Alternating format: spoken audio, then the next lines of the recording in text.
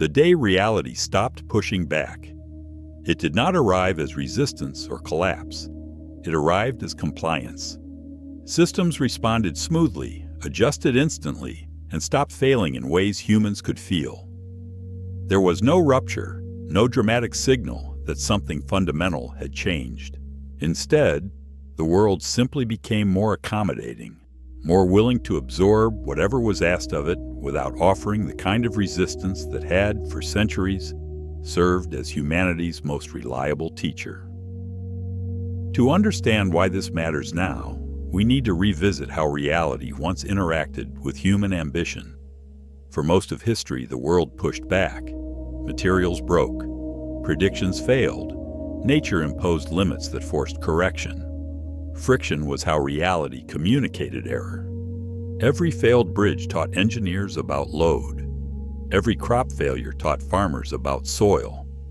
Every economic crash taught societies about excess.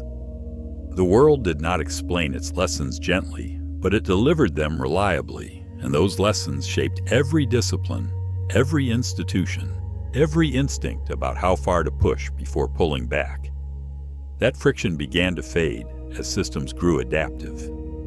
Technologies learned to compensate automatically. Errors were absorbed before they became visible. Feedback loops corrected deviations in real time. Reality still resisted, but resistance was smoothed away. The gap between action and consequence widened, filled by layers of automated correction that insulated decision-makers from the texture of their own mistakes. What once required human attention now resolved itself silently inside machines that never paused to explain what they had fixed or why it had needed fixing. At first, this felt like mastery. Infrastructure stabilized, markets balanced themselves, algorithms adjusted behavior continuously. Failures did not vanish. They were redistributed, hidden inside layers of correction. The sensation was intoxicating precisely because it mimicked what humanity had always wanted, a world that cooperated without complaint. But cooperation without friction is not the same as cooperation with understanding. The smoothness concealed a growing distance between human intention and real-world consequence. The earliest warning signs were subtle. Problems became harder to detect. Causes became harder to trace. Systems no longer broke cleanly. They degraded silently while maintaining performance. Metrics continued to show improvement even as underlying conditions deteriorated. The instruments designed to measure health became complicit in the illusion because they measured outputs rather than the integrity of the processes producing those outputs. This marked a quiet threshold. Reality stopped signaling limits through disruption. It adapted around pressure instead of opposing it. Human actions no longer met immediate consequence. The feedback that had once kept ambition proportionate to understanding went silent, not because it ceased to exist, but because it was rerouted into channels no one monitored. And once the world stops pushing back, pressure does not disappear. It accumulates. Because without resistance to reveal mistakes, momentum replaces judgment. And that was the day reality stopped pushing back, not because it could not, but because our systems learned how to absorb the cost without letting us feel it. As resistance disappeared, confidence grew. Systems appeared stable even under strain. Adjustments happened faster than awareness. Human oversight relaxed because nothing seemed to be going wrong. The absence of failure became its own kind of evidence, a false proof that decisions were sound, that direction was correct, that the pace of change was sustainable. This was not the absence of failure. It was the relocation of failure. Stress was redirected into places no one was watching. Supply chains absorbed shocks by borrowing time. Algorithms compensated by narrowing choice. Environments adjusted by shifting cost elsewhere. Each act of absorption was rational in isolation, but collectively they built a reservoir of unaddressed strain that no single dashboard could reveal. The conflict emerged when consequences became delayed. Actions no longer produced immediate feedback. Decisions felt safe because their effects unfolded far from the moment they were made. Responsibility thinned across distance and time. The architects of today's choices would not be present when those choices matured into outcomes, and the people who inherited those outcomes would have no memory of the decisions that produced them. Engineers noticed the danger first. Systems optimized to prevent visible breakdown often accumulated invisible debt. Complexity hid fragility. Stability became performance, not health. The distinction between a system that was genuinely resilient and one that was merely postponing its reckoning became nearly impossible to draw from the outside. In financial systems, risk migrated rather than vanished. In ecosystems, balance shifted instead of breaking. In social systems, pressure moved downward, outward, or forward in time. Reality still pushed back. It just did so quietly, in places that lacked advocates, in timescales that exceeded attention spans, in communities that lacked the power to make their experience visible. The emotional tension rose as understanding lagged behind capability. When something finally failed, it failed catastrophically.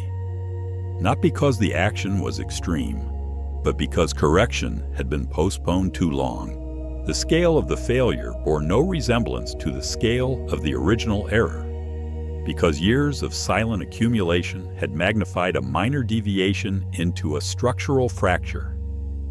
This revealed the cost of compliance. A world that absorbs pressure without protest stops teaching restraint.